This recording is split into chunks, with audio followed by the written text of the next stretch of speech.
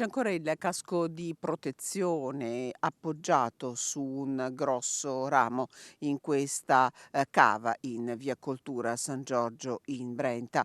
È stato proprio un ramo a colpire al capo, l'operaio, un 48enne, poco dopo aver acceso la sega elettrica.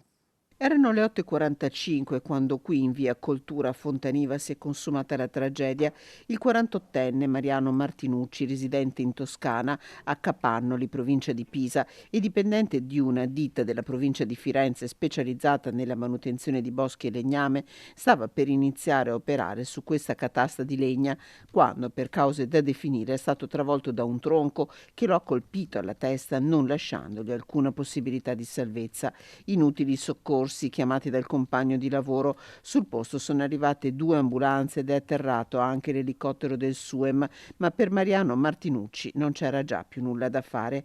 L'area dell'infortunio è stata posta sotto sequestro per permettere i rilievi. In via Coltura per ore hanno lavorato i carabinieri e gli ispettori dello Spisal dell'US 6 Euganea. Una tragedia che ha sconvolto quest'area del Parco del Brenta nella frazione di San Giorgio in Brenta. Il nome di Mariano Martinucci allunga una triste lista di morti sul lavoro, donne e uomini che non faranno più ritorno a casa. Da qui la richiesta dei sindacati.